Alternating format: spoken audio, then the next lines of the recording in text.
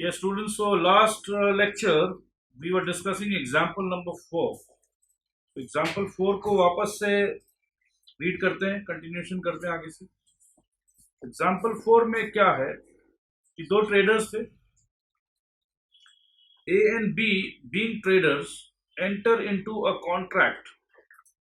अब ए के पास एक प्राइवेट इंफॉर्मेशन, ए सेलर है, बी बायर है। अब ए को पता है कि जिस प्रोडक्ट को वो लेट से 40 रुपया किलो में बेच रहा है, और ए को पता है कि मार्केट डायनेमिक्स के हिसाब से ये प्रोडक्ट कल के दिन 30 रुपया किलो हो सकता है, बट आज बी उससे 1000 किलो खरीदना चाहता है। तो ए तो यही चाहेगा कि भाई खरीद ले, भाई जल्दी खरीद, राइट। तो ये इंफॉर्मेशन जो ए के पास है कि price of the item is going to fall by 10 rupees, ये एक प्राइवेट इंफॉर्मेशन है ए के पास। बिजनेस का सिचुएशन, ए क्या अपने ही पैरों पे कुल्हाड़ी मारेगा बता के कि भाई आज मत खरीद, आज का दाम 40 रुपया है, कल का दाम 30 रुपया हो जाएगा? कभी भी कोई भी व्यापारी ऐसा नहीं बोलेगा, ठीक है। So A has private information of change in prices which would affect B's willingness. Willingness मतलब आज जो मैं खरीदने के लिए तैयार हूं, कल के दिन ये प्राइस अगर मुझे आज पता चल जाए कि कल प्राइस गिरने वाला है, तो मेरा विलिंगनेस नहीं रहने वाला है to proceed with the contract. तो यहां पर बोला ये जा रहा है A is not bound to inform B. तो मेरे ख्याल से आप लोग भी अग्री करोगे। देखो, लॉ जब हम पढ़ते हैं ना, तो आप लोग भी अग्री करिए, और अगर कहीं पर आपको लग रहा है कि नहीं नहीं सर ये तो गलत है, हम तो गलत समझते हैं सर, तो जहां पर भी डिसएग्रीमेंट हो तो उस डिसएग्रीमेंट को मन में मत रखो, व्हाट्सएप करो, पूछो मेरे से, ठीक है, कोई दिक्कत नहीं है। जो भी मन में आए पूछो, पूछोगे नहीं तो क्लैरिटी नहीं आएगा। Analysis of section 70। The following are the essential elements of fraud. देखो, फ्रॉड का सीधा सीधी मतलब है कि धोखा देना। मैं धोखा दूंगा, मैं धोखेबाज हूं, धोखा देना मेरा फितरत है, मैं बाज नहीं आ सकता हूं, धोखा देना ही देना, गलत बोलना है, झूठ बोलना है, नुकसान कराना है तुम्हारा, और तुम्हारे नुकसान से मुझे कुछ ना कुछ फायदा होना है। तो ये होता है फ्रॉड। सो क्या हो रहा है फ्रॉड में? There must be a representation और असर्शन।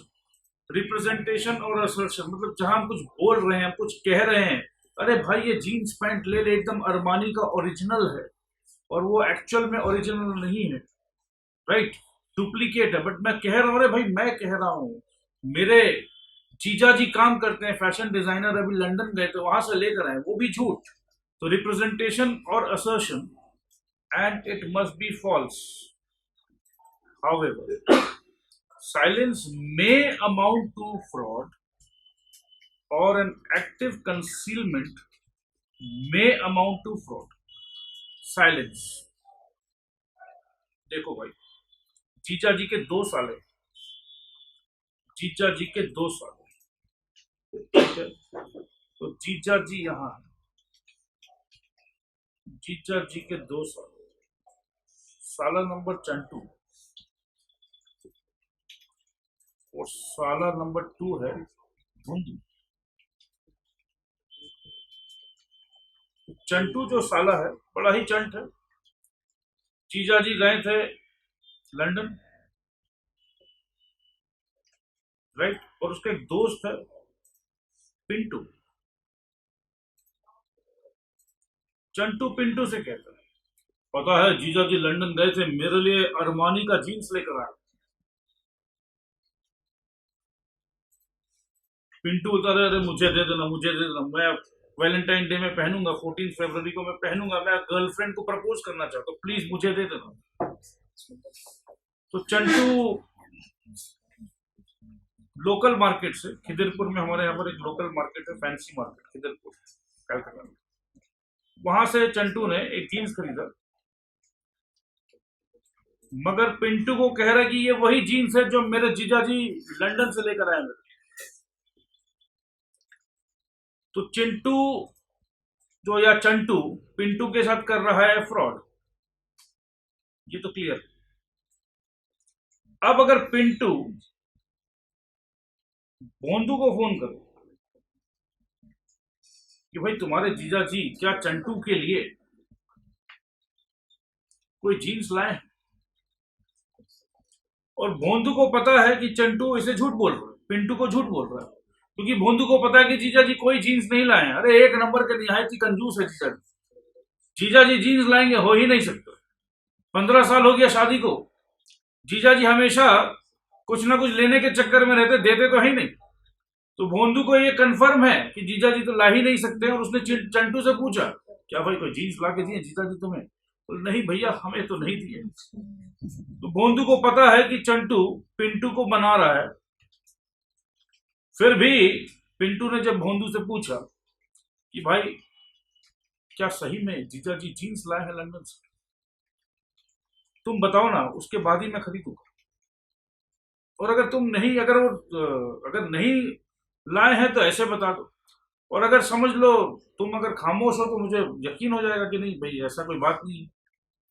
यहां पर जो भोंदू जानबूझ के जो चुप है, साइलेंस, तो that also amounts to fraud. क्योंकि भोंदू को पता है मगर फिर भी वो पिंटू को नहीं बता रहे। ठीक है जी, समझ गए आप। और क्या है, the representation must be related to a fact. The representation should be made before the conclusion of the contract. अभी ये जो रिप्रेजेंटेशन है कि ये जो जीन्स है जो जीजा जी लंदन से लाए, ये खरीदेगा क्या? देख वैसे तो मेरे ख्याल से 4,000 रुपया का है, बट मैं तुम्हें 3,000 रुपया में देने के लिए रेडी। लंदन का जीन्स खरीदेगा क्या? जीजा जी अरमानी का लेकर आए लंदन से। तो ये जो रिप्रेजेंटेशन है, ये जो जीजा जी अरमानी का लंदन से लेकर आए, इसे कहते हैं रिप्रेजेंटेशन। तो this representation should be made before the conclusion of the contract. तो ये रिप्रेजेंटेशन दे रहा है तभी तो ये 3,000 में खरीदने के लिए रेडी हुआ। हाँ जी, with the intention to induce the other party to act upon it. ये जो झूठ बोल रहा हूं मैं बार बार, जीजा जी अरमानी का जीन्स लेकर आए हैं, लंदन से लेकर आए हैं, इंडिया में खरीदोगे तो 4,000 का मिलेगा, फिर भी मैं तुम्हें 3,000 का बेच रहा हूं, खरीद ले भाई। तो ये एक तरीके से उसे इंड्यूस कर रहा है। ठीक है, द रिप्रेजेंटेशन और स्टेटमेंट, वही जीजा जी लंदन से जीन्स लेकर आए, यही इसे कहते हैं रिप्रेजेंटेशन और statement, should be made with a knowledge of its falsity. अरे भाई मैं झूठ बोल रहा हूं, मुझे पता नहीं होगा क्या? मुझे तो पता है कि मैं झूठ बोल रहा हूं। मुझे तो पता है कि पिंटू की गर्लफ्रेंड है और पिंटू अभी वैलेंटाइन डे में प्रपोज करना चाहता है, तो वो स्मार्ट लगना चाहता है, और मैं उसे कहूंगा कि भैया लंदन का जीन्स है, वो मान जाएगा कहीं ना कहीं। तो मुझे तो पता है कि मैं झूठ बोल रहा हूं। और without belief in its truth, तो भैया एक ही बात है, I know it is false and I know that it is false. तो इसका मतलब है कि without belief in its truth, ये सेम टू सेम चीज है। और recklessly not caring whether it is true और फॉल्स। अरे मुझे क्या मतलब है, कोई भी जीन्स मिला, किसी ने कुछ भी कह दिया ये लंदन का है, छोड़ना अपने को, लंदन का, बैंकॉक का, अमेरिका को, अपने तो पिंटू को जो बोलेंगे ना भाई पिंटू वही मानेगा, राइट? मुझे कोई फर्क नहीं पड़ता, मुझे ये जीन्स चिपकाना है, मैं तो उसको अमेरिका का बोल के चिपका दूंगा। मैं तो बोलूंगा ये माइकल जैक्सन पहना था भाई, आई डोंट केयर। बट झूठ बोलना है और मैं कुछ ना कुछ झूठ बना के मैं कुछ भी करके बेच दूंगा। ठीक है, the other party must have been induced to act upon the representation और असर्शन। इसका मतलब यह है कि मुझे मालूम है कि पिंटू को बाहर के कपड़ों का, इंपोर्टेड ड्रेस का बड़ा शौक है, राइट?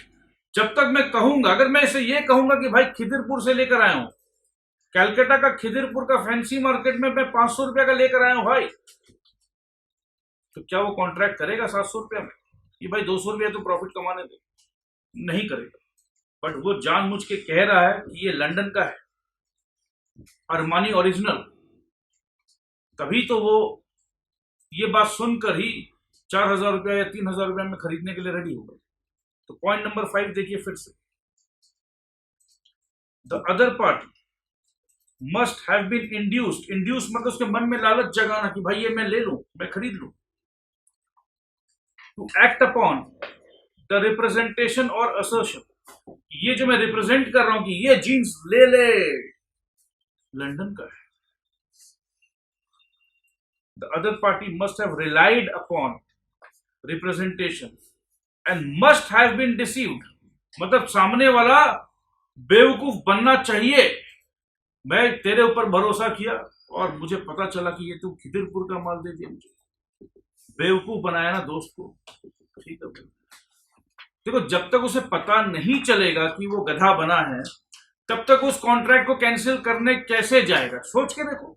वो तो उसी भ्रम में जी रहा, लंदन का जीन्स, जब तक उसका भ्रम जीवित है, जब तक उसे इस बात का एहसास है कि मेरा दोस्त कितना अच्छा है, जीजा जी उसके लिए लेकर आए थे, 4,000 का जीन्स मुझे 2,000 में दे दिया या 3,000 में दे दिया, क्या दोस्त।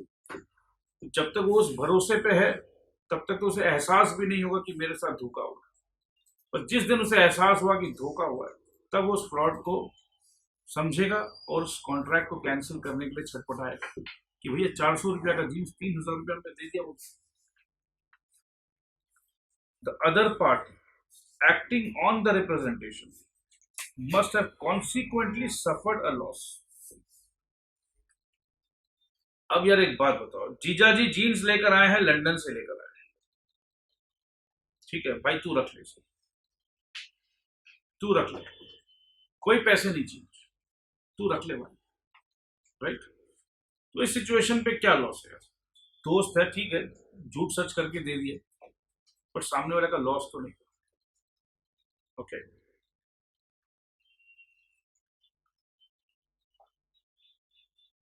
हाँ, अब लॉस,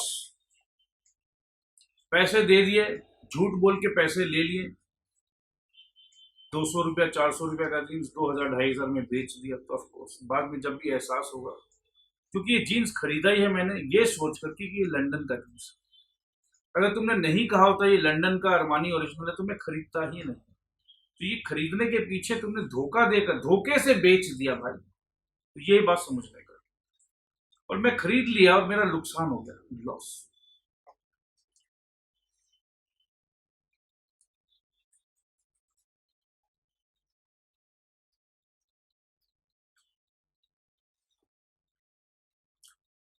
क्यों बोला जा रहा है कि the other party acting on the representation must have consequently suffered a loss?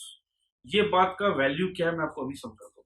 कभी कभी दोस्ती यारी में समझ लो, मुझे पता है कि भाई मेरा दोस्त थोड़ा सा सरका हुआ है, मैं खिदिरपुर से लेकर आया 400 रुपया में, और मैंने उसे 350 में ही दे दिया कि भाई तू लेना है, कुछ नहीं देना यार, तुझे क्या दिक्कत है। चलो उसे कह भी दिया, अरे यार ये अच्छा वाला है, अरे यार जीजा जी गए थे लंदन तो वहां से लेकर आए, कुछ नहीं यार, कुछ लगाए नहीं जीजा जी का, छोड़ना, तेरे तुम मेरे को सिर्फ 300 रुपया दे दे, उसे टैक्सी भाड़ा दे दे जो मैं भिजवाया था तेरे को टैक्सी से, तो क्या नुकसान है। चलो इफेक्ट ऑफ फ्रॉड पढ़ते हैं। Effect of fraud upon validity of a contract. अब फ्रॉड हो गया है तो अब क्या कॉन्ट्रैक्ट वैलिड रहेगा? कैसे वैलिड रहेगा? हो ही नहीं सकता। When the consent to an agreement is caused by fraud, the contract is voidable at the option of the party defrauded and has the following remedies। कि भैया मेरे साथ तो धोखा हो गया, मैं ये कॉन्ट्रैक्ट को तो निभाऊंगा नहीं। What can he do? He can rescind the contract within a reasonable time, right? Reasonable time कि केस टू केस पर डिपेंड करता है कि कौन सा टाइम रीजनेबल है।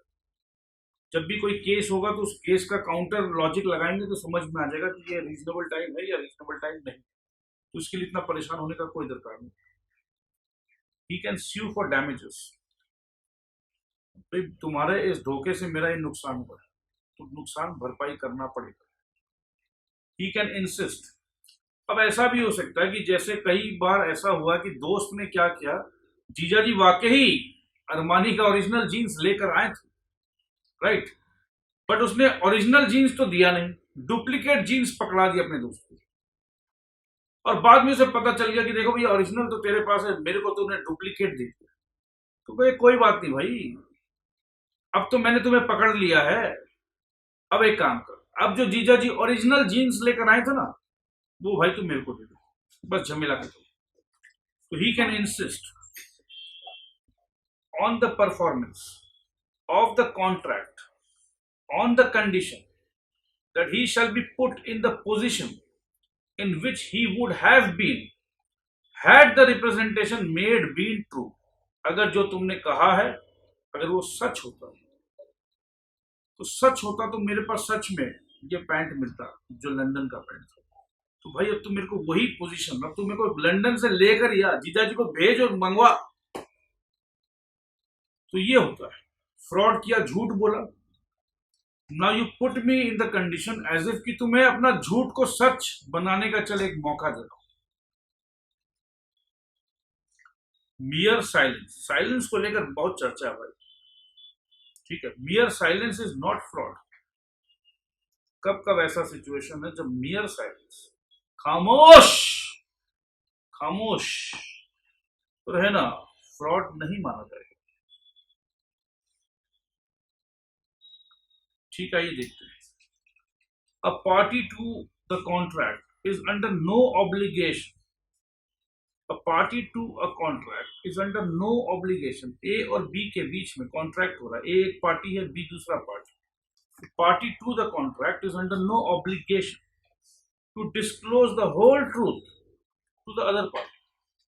भैया मैं सामान बेच रहा हूं, मैं तुम्हें क्यों बताऊं मेरे सामान में क्या डिफेक्ट है। एक कॉन्सेप्ट है बायर्स बीवेयर, ऐसे कहते हैं कैवियट एम्प्टर, ये हम आगे पढ़ेंगे, सेल ऑफ गुड्स एक्ट में पढ़ेंगे कैवियट एम्प्टर के बारे में, राइट। सो इसे कहते हैं लेट द परचेजर बीवेयर। कोई भी अपना मिठाई वाला अपना मिठाई को थोड़ी ना बोलेगा कि खराब। तो ये आप देख लीजिए, एक सैंपल खा के देख लीजिए, अगर आपको मिठाई मेरा खट्टा लगे तो मत खरीदिए, बट मैं तो बोलूंगा हाँ हाँ एकदम ताजा है। Let the purchaser beware is the rule applicable to contracts. There is no duty to speak in such cases, and silence does not amount to fraud। मतलब एक बायर एंड सेलर के केस में जब किसी को अपना प्रोडक्ट बेचना है तो सेलर उछल उछल के नहीं बोलेगा अरे ये मत खरीद इसमें ये प्रॉब्लम है, ये मत खरीद इसमें ये प्रॉब्लम है। कोई भी सेलर अगर हर सेलर ऐसा बोलना स्टार्ट कर दे तो ट्रेड हो ही नहीं पाए। Similarly, there is no duty to disclose facts which are within the knowledge of both the parties। Within the knowledge, अगर आपके पास एक ऐसा सिचुएशन है कि आप थोड़ा सा मेहनत करो तो आपको भी सच्चाई का पता लग सकता है। तो अगर आपको सच्चाई का पता लग सकता है तो आप क्यों सामने वाले को बोलोगे, आप खुद अपना पता लगाइए, ठीक है। तो आपको खुद को पता लगाना है, मैं क्यों जाके बोलूं आपको, जो पता आप खुद लगा सकते हो वो आप खुद लगाइए। एक एग्जांपल देखते हैं। H sold to Y some pigs which were to his knowledge suffering from fever। इस सुअर को बुखार है इस सुअर को, मैं थोड़ी ना बोलूंगा। देखो, H sold to Y some pigs, जिन्हें बुखार था, इस सुअर को बुखार है। The pigs were sold with all faults and H did not disclose the fact of fever to W। नहीं कहा कि इस सुअर को बुखार है, सुअर और सुअर के बच्चे दोनों को बुखार है, नहीं कहा। मौका मिला गाली देने का, दे दिया, ठीक है। Here there was no fraud। अब सुअर को सुअर कह रहा हूं भाई, ठीक है। अब देखो, हिंदी में कह रहे हैं तो खराब लग रहा है, अब अंग्रेजी में पिग लिखा हुआ है तो ठीक लग रहा है आप लोगों को। यही मैं समझाना चाह रहा था कि मेंटालिटी मेंटालिटी का फर्क है। शोले में गब्बर ने भी बहुत जोर का डायलॉग किया। तो ये केस है वर्ड वर्सेस हॉब्स का 1878 का। ठीक है, तो भाई मेरे गुड्स में या मेरे जो मैं बेचना चाह रहा हूं उसमें कोई तकलीफ है, मैं नहीं बोलूंगा। तो बायर जो खरीद रहा है वो खुद इन्वेस्टिगेट करे, वो खुद पूछे हमसे कि भाई ये जो तुम बेच रहे हो क्या ये बीमार है, क्या इसे बुखार है। और उसके बाद अगर मैं झूठ बोलूं, अगर देखो बुखार है तो मैं नहीं खरीदूंगा। और उसके बाद अगर मैं झूठ बोलता हूं नहीं नहीं इसे कोई बुखार नहीं है, एकदम फिट एंड फाइन, दिस सूअर is absolutely fit and fine, तब भैया गलत हो जाएगा। चलिए ठीक है। अब कब है, कब ऐसा सिचुएशन है जब साइलेंस फ्रॉड है? Duty of person to speak where the circumstances of the case are such that it is the duty of the person observing silence। अरे बाबा, साइलेंस को ऑब्जर्व करना मतलब वो साइलेंट है। For example in contracts of उबरी मई फिदई, उबरी मई फिदई, उबरी मई फिदई, क्या मतलब है इसका?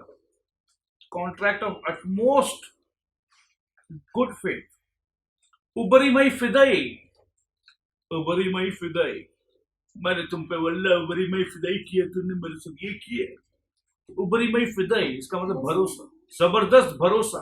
और जबरदस्त भरोसे को आपने जबरदस्त तरीके से तोड़ दिया, बड़ा ही जालिम निकले भाई तुम। तो ये गलत है। Following contracts come within the category of उबरी मई फिदई। तो ये कौन सा कैटेगरी है? Fiduciary relationship, fiduciary relationship, here the person in whom confidence is reposed। fiduciary मतलब बहुत जबरदस्त भरोसा। here the person in whom the confidence is reposed, reposed मतलब मैंने अपना कॉन्फिडेंस दिया आपको, ठीक है, पोज मार मार के दिया ऐसा नहीं है, रिपोज मतलब दिया, रखा, कॉन्फिडेंस रखा, भरोसा रखा आपके ऊपर। here the person in whom the confidence is reposed is under a duty to act with utmost good faith। utmost good faith को हम कहेंगे उबरी मई फिदाई, and make full disclosure of all material facts concerning the agreement known to him। तो पूरा भरोसा का काम। एक broker जिस पे मैं पूरा भरोसा करता हूं कि भाई तू मुझे वो शेयर खरीदवा जो कहीं ना कहीं प्रॉफिट होने वाला है, जो तुम्हें लगता है कि इसका प्राइस बढ़ने वाला है। ब्रोकर के पास खुद का कुछ शेयर्स था, खुद का शेयर था ब्रोकर के पास। ब्रोकर को ऐसा लग रहा था कि यार ये शेयर का दाम गिरने वाला है, तो ये दाम गिरने वाला, तो एक काम करता हूं इस क्लाइंट को चिपका देता हूं। तो क्या ये उसने धोखा किया या नहीं किया? एक भरोसा था ब्रोकर के ऊपर कि भाई तू मेरे को शेयर खरीदवा जिसका दाम बढ़ने वाला है। ब्रोकर को नॉलेज रहता है, ब्रोकर के ऊपर मैंने भरोसा किया, ऊपरी में फिदाई किया, और वो भरोसा तोड़ दिया उसने। उसने ही अपने ही शेयर्स मुझे बेच दिए। क्यों बेचा?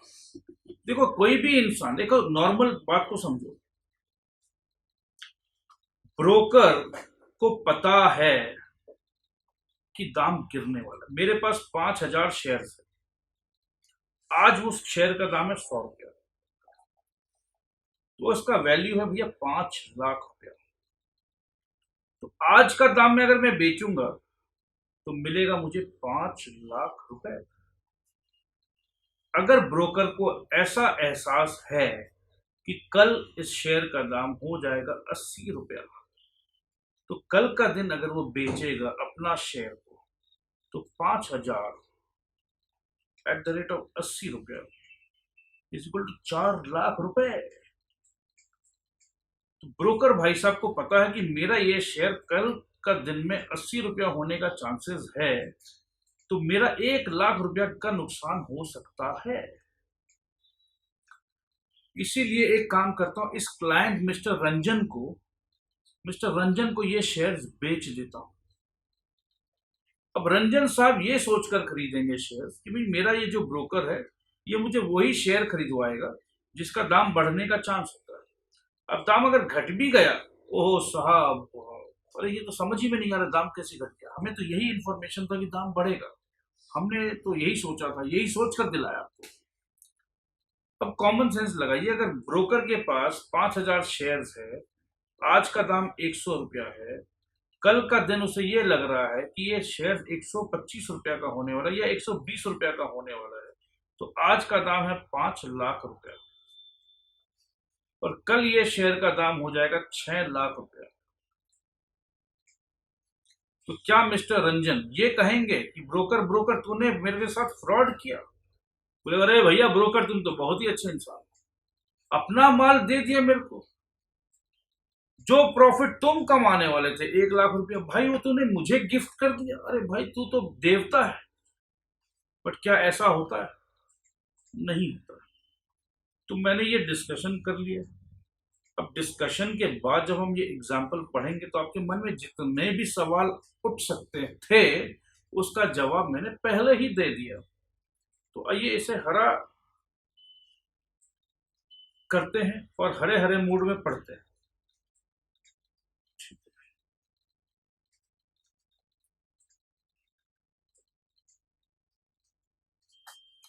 A broker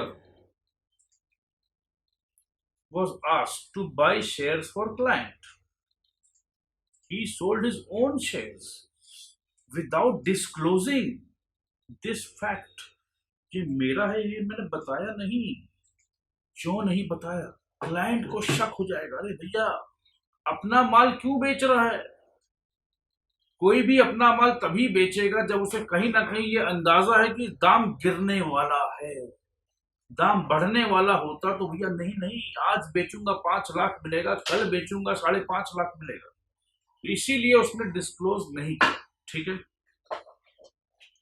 the client was entitled to avoid the contract, क्योंकि क्लाइंट को बताया नहीं, भरोसा का काम था। और अफर्म इट तो मतलब चलो कैंसिल नहीं करेंगे, रख लेंगे इस कॉन्ट्रैक्ट को with the right to claim secret profit. चलो भाई एक काम करो, 5 लाख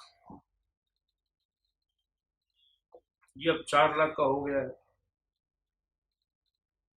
तुम मेरे से 1 लाख कैसे कमा लिया भाई बिना बोले? तो ये जो 1 लाख जो तुम मेरे से कमाया है, 1 लाख वापस कर दे। ये जो सीक्रेटली तो तुमने कमा लिया है वो वापस कर दे। तो 4 लाख रुपया में मैं ये शेयर रखने के लिए तैयार हूं। बट 5 लाख का शेयर जब तुम्हें पता था कि ये 4 लाख का होने वाला है, जो मुझे चिपका दिया 4 लाख में, ये गलत हुआ। तो 1 लाख रुपया जो तुमने मेरे साथ गद्दारी कर, फ्रॉड करके जो प्रॉफिट कर लिया है, वो प्रॉफिट भैया चुपचाप, क्योंकि तकलीफ किस बात की? तकलीफ इसी बात की है कि धोखा किया, झूठ बोला, 1 लाख रुपया के लिए झूठ बोल दिया भाई। भूल भूल गया कि तूने मेरे साथ करोड़ों रुपया का ट्रांजैक्शन किया, लाखों रुपया तूने कमाया है और झूठ बोल दिया। तो ये 1 लाख रुपया वापस दे दे तो मुझे कोई दिक्कत नहीं है, मैं ये कॉन्ट्रैक्ट को कैंसिल नहीं करूंगा। तो ये affirm it with the right to claim secret profit made by the broker on the transaction, since the relationship between the broker and the client was relationship of utmost good faith। और अब आपको लग रहा होगा कि अरे sir आपकी गले की आवाज़ तो कुछ बेहतर सुनाई दे रही है। दोस्तों ऐसा है कि अभी ये जो रिकॉर्डिंग हुआ है 30 मिनट्स का, इससे पहले we forgot to take the audio of this microphone. तो लास्ट 30 मिनट्स जो आपने सुना है ये कैमरा के ऑडियो फाइल्स से आप तक पहुंची है क्लास, तो थोड़ा सा क्वालिटी कॉम्प्रोमाइज हुआ होगा, पर चलिए अब यहाँ से एकदम परफेक्ट है। तो बात कर रहे थे फिड्यूशियरी रिलेशनशिप का, जहाँ बहुत ट्रस्ट रहता है, जैसे ब्रोकर और क्लाइंट का एग्जांपल हमने दिया था। कॉन्ट्रैक्ट्स ऑफ इंश्योरेंस में आ जाइए। इंश्योरेंस के कॉन्ट्रैक्ट में एक इम्प्लाइड कंडीशन होता है। कंडीशन वर्ड जो है इसको मैं अभी समझाना चाहता हूँ कि जब भी कोई कॉन्ट्रैक्ट में एक इंपॉर्टेंट कंडीशन होता है, अगर वो फेल हो रहा है तो कॉन्ट्रैक्ट को हम कैंसिल कर सकते हैं। कंडीशन को और डिटेल में हम पढ़ेंगे दोस्त आगे नेक्स्ट चैप्टर पे,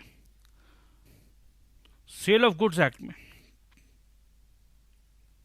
ठीक है, तो आइए, कॉन्ट्रैक्ट्स ऑफ इंश्योरेंस, इसमें बताना पड़ता है कि भाई आपको क्या प्रॉब्लम है। अगर आपको कोई प्री एग्जिस्टिंग डिजीज है तो बता दीजिए। अगर आप नहीं बता रहे हो, कुछ कंसील कर रहे हो, तो आप फ्रॉड कर रहे हो। और क्योंकि आप फ्रॉड कर रहे हो तो सामने वाला इंश्योरर कंपनी जो है कॉन्ट्रैक्ट को कैंसिल कर सकता है। In contract of marine, fire and life insurance there is an implied condition that full disclosure of material facts, full disclosure, आधा अधूरा नहीं, पूरा disclosure, full disclosure of material facts shall be made. Otherwise, अगर नहीं देंगे तो क्या होगा, otherwise the insurer is entitled. Entitled word का मतलब है इंश्योरर के पास एक अधिकार है, entitled to avoid the contract. आइए, अब आपकी उम्र हो गई है शादी करने की, आपके माता पिता आपके लिए एक सुंदर सी लड़की खोज रहे हैं, सुंदर सी लड़की, आहा। तो ये सुंदर सी लड़की का हार्ट में छेद है, हो सकता है ये 5 साल के अंदर मर जाए। डॉक्टर ने कहा है 5 साल तक और जिएगी ये। क्या आपको नहीं लगता कि आपके ससुर जी को ये बात बता देनी चाहिए? तो शादी के कॉन्ट्रैक्ट में कुछ भी बात हो, अच्छा ठीक है भाई, लड़का का भी बात कर लेते हैं। गर्ल्स लोग नाराज़ हो गई, सर हमारे अंदर ही डिफेक्ट निकाल रहे हैं। चलो भाई, एक लड़का है, बॉय,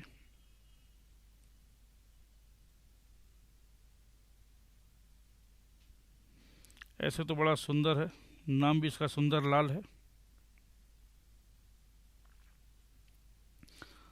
अब सुंदर लाल को शाम को 6 बजे के बाद अंधेरे में उसका विजन का प्रॉब्लम है।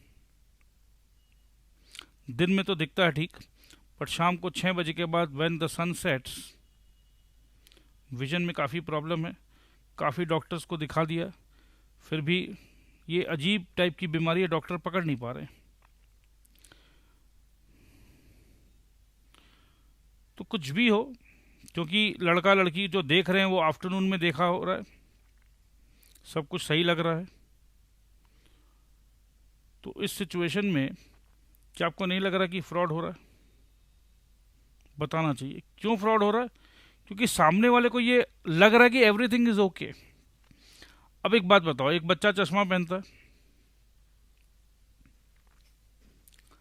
विजन का प्रॉब्लम है, और जब वो लड़का लड़की देखा देखी चल रहा है, वो लड़का चश्मा पहन कर ही आया है, तो उसमें बताने का क्या है भाई? लड़का आपके सामने है, चश्मा पहना हुआ था, आप हमसे पूछ सकते थे कि भाई कितना पावर है इनका, राइट? तो ये मटेरियल फैक्ट्स वाला बात नहीं हुआ। बट अगर बच्चा चश्मा पहनता है, आंखों में बहुत ज़बरदस्त पावर है, बट उस दिन उसने लेंस लगाया, लेंस,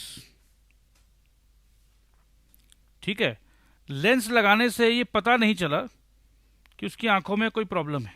लेंस लगाते हैं तो कंसील हो जाता है, तो ये कहीं ना कहीं आपने कंसील किया है फैक्ट को कि आंखों में प्रॉब्लम है।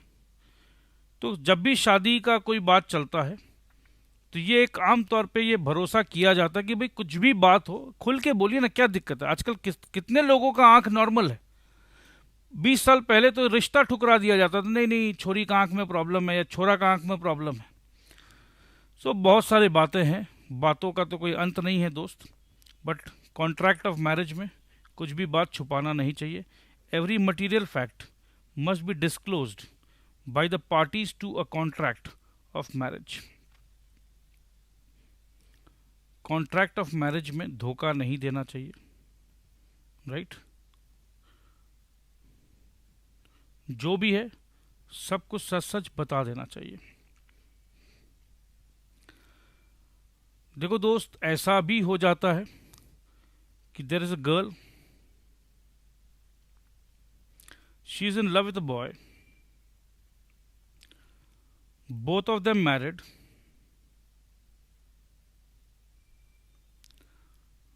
Okay,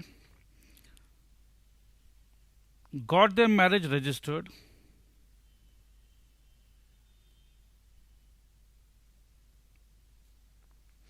Later on, the boy and the girl's parents, they were not willing to get both of them married, क्योंकि समझ लो लड़के वाले के जो लड़का का जो पिताजी है उसको डाउरी का लालच है, लड़की वाले के पिताजी को लगा रही है तो लालची परिवार है, राइट।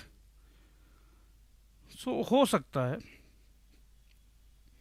कि चलो जो भी है आपस में नहीं बना, और हुआ क्या, द गर्ल डिसाइडेड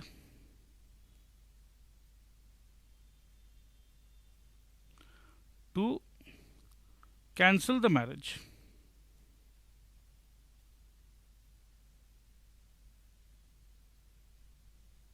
ठीक है,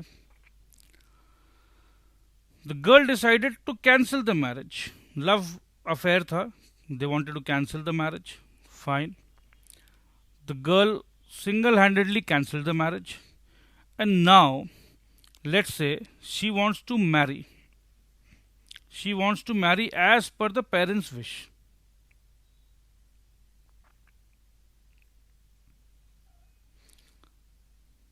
As per her parents' wish.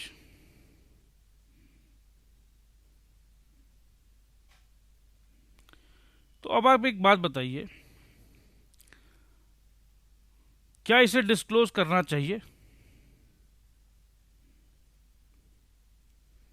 या नहीं करना चाहिए?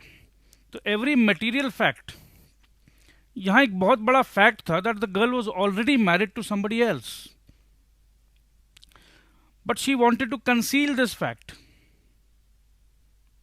कुछ भी रीजन था, पेरेंट्स ने अग्री नहीं किया, ठीक है भाई, अपने इंडिया में होता है कि माँ बाप अपना कसम दे देते हैं और कुछ भी है, and she went ahead and now she wants to marry somebody else and she wants to conceal this fact. तो ये जो है एकदम गलत है। शादी के मामले में एक भरोसा का रिश्ता होता है, शादी का रिश्ता is absolutely based on trust. So trust, अगर आप शुरू में ही ट्रस्ट को ब्रेक कर रहे हो, कैसे ब्रेक किया? कुछ हाइड करके। तो हाइड करने से वो ट्रस्ट जो है वो डेवलप हुआ ही नहीं कभी। So this marriage is based not on trust, this marriage is based on selfishness. So marriage का जो मेन मीनिंग है वो मीनिंग को आपने डिफीट कर दिया, right. So every material fact must be disclosed by the parties to a contract of marriage. अब आप ये सवाल कर सकते हैं, चलिए सर डिस्क्लोज नहीं किया, गुड्स का कॉन्ट्रैक्ट था, इंश्योरेंस का कॉन्ट्रैक्ट था, वो तो चलो कैंसिल हो गया, अब मैरिज का कॉन्ट्रैक्ट है, बच्चे भी हो गए, तो अब क्या ये कैंसिल हो जाएगा? क्या शादी कैंसिल? दोस्त यही समझने का बात है, जब दिल से विश्वास चला जाता है, जब ऐसा लगता है हस्बैंड को कि अभी मेरे वाइफ ने तो धोखा दिया मेरे को, तो वो मैरिज नाम का रिश्ता रह जाता है। कहने को वो मैरिज है बट वो एक नाम का रिश्ता चलता है। सो मैरिज भले ही वो कैंसिल ना हो, बट मैरिज का जो बंधन है वो बनता है विश्वास के साथ, तो वो विश्वास का डोर टूट जाता है तो मैरिज अपने आप टूट जाता है, बाकी तो सब फॉर्मेलिटीज है। तो आप लोग भी शादी करोगे, सेंसिटिव मैटर है, तो ध्यान रखना कि सच्चाई के बुनियाद पे मैरिज का रिश्ता को रखना, जिंदगी हमेशा खुशहाल रहेगी। झूठ के बुनियाद पे अगर रिश्ता बनाओगे तो हमेशा कहीं ना कहीं डर रहेगा, और डर के जीना भी कोई जीना है लल्लू। तो चलो दोस्त आगे बढ़ते हैं। Contract of family settlement. Family, joint Hindu family है, सेटलमेंट है, मतलब कहीं ना कहीं फैमिली का पार्टीशन हो रहा है।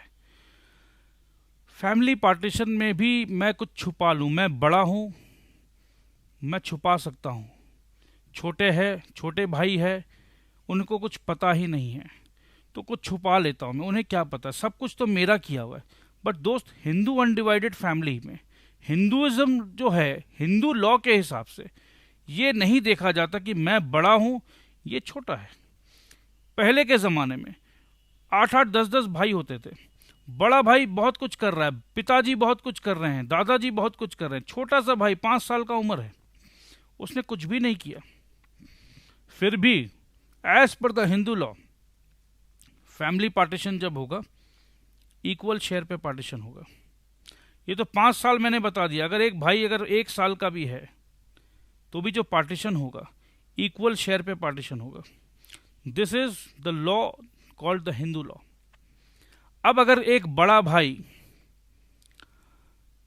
छुपाना चाहता है कि भाई इसे 5 साल के बच्चे को क्या पता, ये मेरा भाई है, ज़रूर है 5 साल का, ये 10 साल का, ये 12 साल का, ये 15 साल का, मैं 30 साल का हूँ, मैं बिजनेस में जा रहा हूँ, छोटा भाई नहीं जा रहा है, और मैं कुछ छुपाना चाहता हूँ, बताना नहीं चाहता हूँ।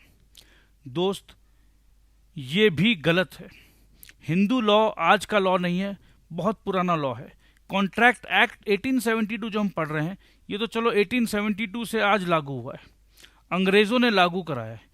बट ये देश जो है हिंदुस्तान, जिसे हम जानते हैं, मानते हैं, पहचानते हैं, ये लॉ जो बनता है ना, कानून जो बनता है, वो परंपराओं पे बनता है, परंपराओं पे। तो ये परंपरा जो है सदियों से चली आ रही है, इसी परंपरा को फॉलो करते हैं तो देश चलता है। तो हिंदू परंपरा के हिसाब से ये लॉ है। तो फैमिली सेटलमेंट चल रहा है, कॉन्ट्रैक्ट का अगर कुछ भी बात हो रहा है तो इस समय ये मान्यता है कि हम सब कुछ डिस्क्लोज करेंगे, of all the material facts with in the knowledge of the parties. अगर मैं नहीं डिस्क्लोज कर रहा हूँ तो मैं बहुत गलत कर रहा हूँ। मैं बेसिकली अपने ही घर वालों के साथ धोखा कर रहा हूँ, जिसे अंग्रेजी में हम कहते हैं फ्रॉड। हिंदू धर्म बोलता है कि भाई तुम्हारा कुछ नहीं है, सब ऊपर वाला दे रहा है, तुम मेहनत करो। किसके भाग्य से तुम कमा रहे हो, तुम्हें क्या पता। ये जो बच्चा अभी पैदा हुआ है तुम्हारे घर पे, ये बच्चे के पैदा होते के साथ देखो तुम्हारी 2-2 फैक्ट्रियां खुल गई, जितने लीगल लिटिगेशंस में तुम फंसे हुए थे वो सब निकल गया। तो ये बालक जो है नसीब लेकर आया है। तो इस भरोसे पे चलते हैं कि जो भी परिवार है, जॉइंट हिंदू फैमिली में यही कॉन्सेप्ट है कि भाई कौन किसके भाग्य से कमा रहा है, किसे क्या पता। तो भाई जो भी है भाइयों का, सबका है, बराबर का है। तो इस विश्वास के साथ चला करते थे जॉइंट हिंदू फैमिली सिस्टम। आज के दिन में सिस्टम थोड़ा सा चेंज हो रहा है, न्यूक्लियर फैमिली सिस्टम पे हम काम कर रहे हैं। तो उसके भी कुछ बेनिफिट्स है और कुछ ड्रॉबैक्स है। मुझे तो बेनिफिट्स कम लगते हैं और ड्रॉबैक्स ज़्यादा लगते हैं। चलिए, मुझे क्या लगता है वो इम्पोर्टेंट नहीं है। अभी बात कर रहे थे फैमिली सेटलमेंट का। शेयर अलॉटमेंट कॉन्ट्रैक्ट्स, एक कंपनी है जिसे पब्लिक से पैसे लेने हैं, पब्लिक को पैसे देने हैं।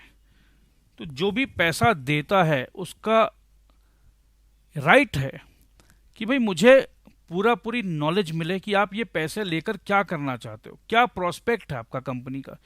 कंपनी का प्रोस्पेक्ट हम बताते हैं प्रोस्पेक्टस पे। तो प्रोस्पेक्टस पे सारा डिटेल्ड देना ज़रूरी है।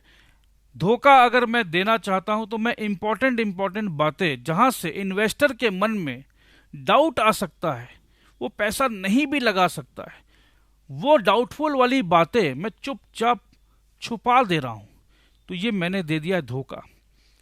तो यही बात है दोस्त, शेयर अलॉटमेंट कॉन्ट्रैक्ट्स में person issuing prospectus at the time of public issue of shares debentures by joint stock company have to disclose all material facts within their knowledge.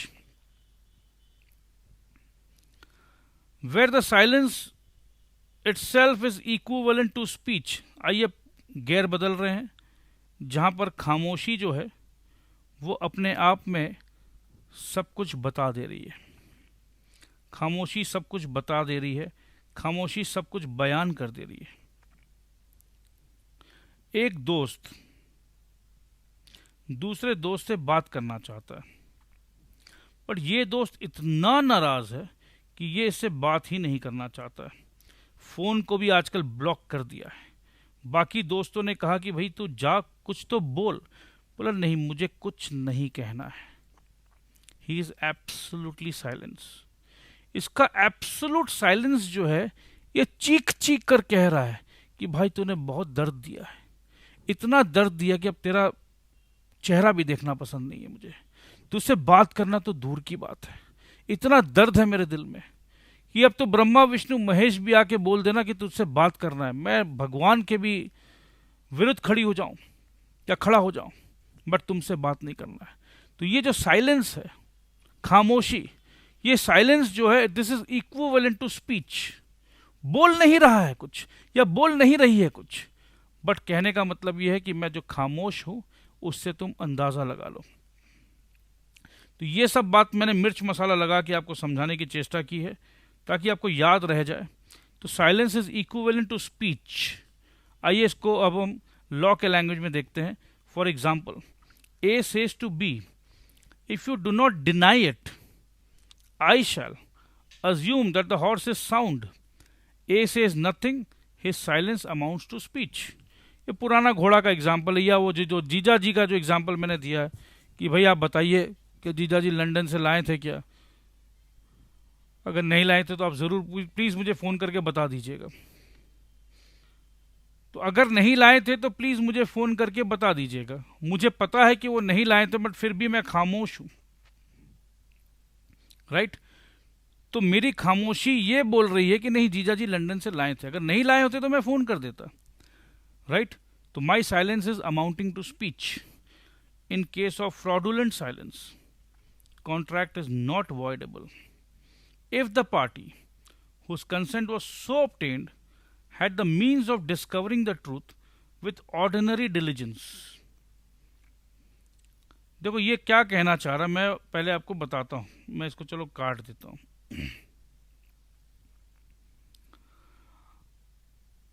आगे एग्जाम्पल में भी है, मैं ए हूं, मैं अपने दोस्त बी को कहता हूं भाई ये फैक्ट्री खरीद ले, इसका प्रोडक्शन एवरी डे का प्रोडक्शन है 500 टन, और भाई तेरे पास तो इसका पूरा बैलेंस शीट भी है, तू देख लियो भाई। तो ए के पास और बी के पास, खरीदना बी को है, बी के पास इस कंपनी का पूरा डिटेल बैलेंस शीट है। बैलेंस शीट देखने से पता चलता है कि उसका daily production is 350 ton, right? तो ये अब देखिए, बी जो है उसके पास पूरा रास्ता था, पूरा इंतजाम था कि वो सच को जान सकता था, राइट? अब देखिए, इन case of fraudulent silence, contract is not voidable if the party whose consent was so obtained had the means of discovering the truth with ordinary diligence. थोड़ा सा दिमाग लगा लेता यार, तेरे पास तो सब कुछ था, तू इतना बड़ा इन्वेस्टमेंट कर रहा था, सारा चीज तो तेरे पास था, तू पता कर सकता था ना, right? This is called ordinary diligence. लगाने से आपको सब कुछ पता हो सकता था, तो आपने बेवकूफ़ी की है, फ्रॉड नहीं हुआ जी आपके साथ। आप मूर्ख हो, मूर्ख, आप गधे हो। कौन क्या कह रहा है, पूरा भरोसा तो तब होता जब आपके पास कोई रिकॉर्ड नहीं होता, आपके पास तो रिकॉर्ड था। कहने का मतलब ये दोस्त, फ्रॉड को अगर एस्टैब्लिश करना है कि भाई तूने मेरे साथ धोखा किया, तूने मेरे साथ धोखा किया, जब मुझे ये बात एस्टैब्लिश करना होता कि भैया तूने मेरे साथ धोखा किया, तो सामने वाला कहेगा अरे भैया तूने अपने आप को धोखा दिया है, मैंने दिया नहीं, तूने धोखा खाया है। क्यों? तू थोड़ा सा समझदारी का इस्तेमाल करता तो तुम्हें पता चल जाता, तू अपने आप को इस धोखा से बचा सकता था, तू अपने आप को इस धोखा से बचा सकता था, तेरे पास सारे सिचुएशंस थे बचाने को। तो कहने का मतलब ये है कि अगर आपको कभी भी लगे कि सिचुएशंस है जहां से आप पता कर सकते हो,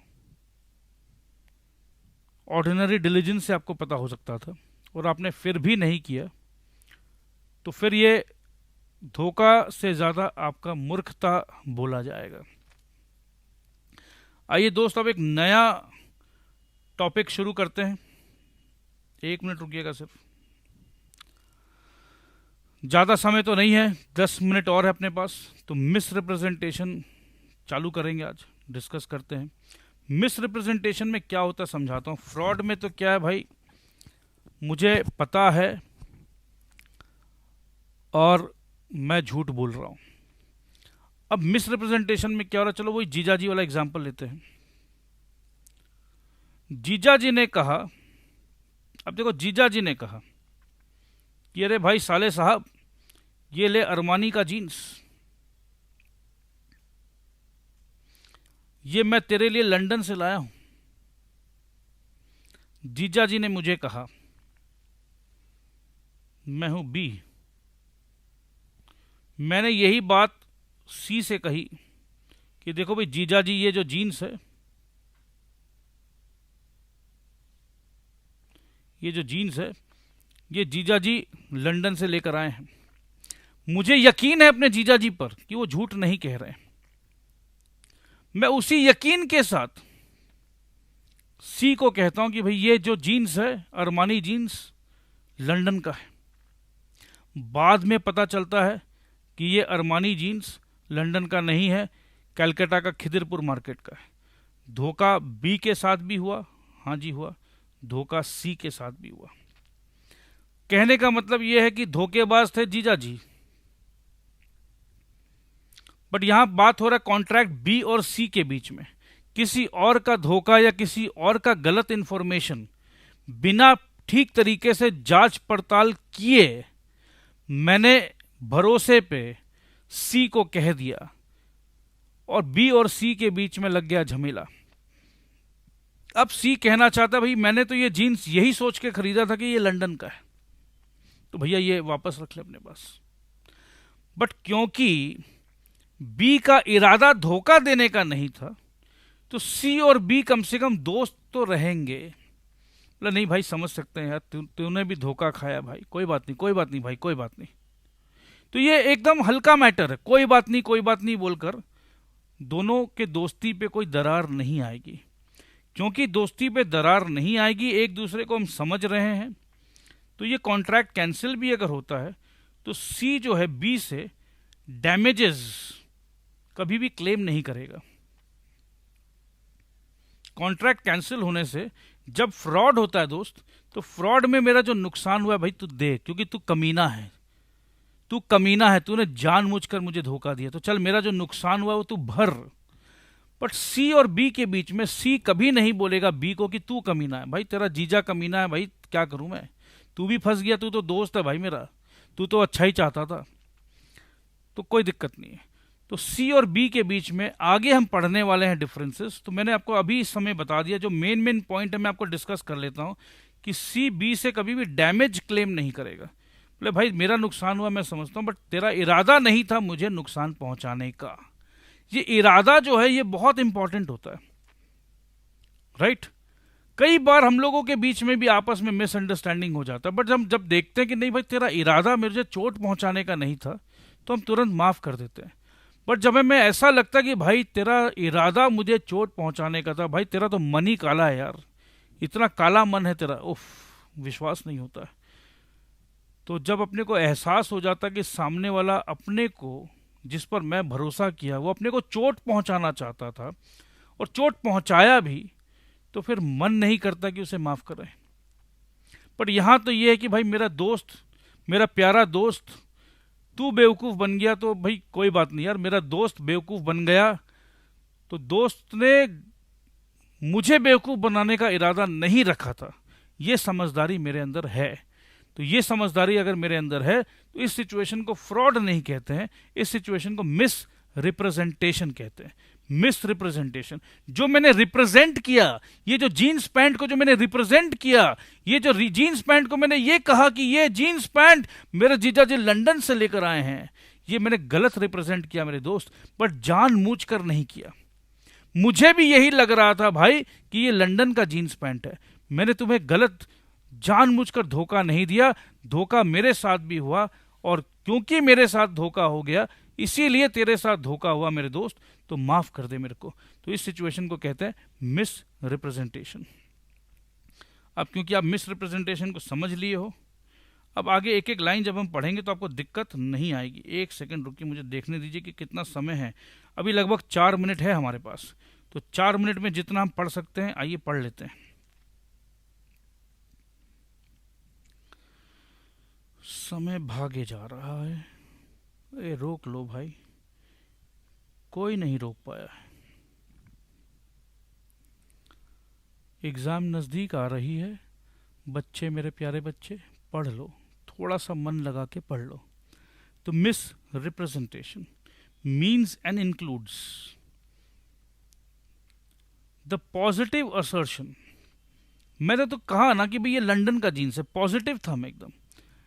इन अ मैनर नॉट वारंटेड, ये नॉट वारंटेड मतलब क्या, मैंने पूरा पूरी पता नहीं लगाया भाई, मैंने लंदन का दुकान का स्लिप तो नहीं देखा था, मैंने बस विश्वास कर लिया। तो in a manner not warranted by the information of person making it. तो जो इंसान खबर दे रहा है कि ये जीन्स लंदन का है, उसने पुख्ता तरीके से 100% श्योर नहीं किया था अपने आप को of that which is not true. ये तो सच था ही नहीं ना भाई कि ये जीन्स लंदन का है, दो he believes it to be true, but मुझे तो यकीन है भाई जीजाजी झूठ नहीं बोलेंगे। तो देखो मिस रिप्रेजेंटेशन क्या, एक पॉजिटिव असर्शन है, मैं पॉजिटिवली बोल रहा हूं, एकदम विश्वास के साथ बोल रहा हूं कि ये जीन्स लंदन का है। In a manner not warranted by the information of the person making it.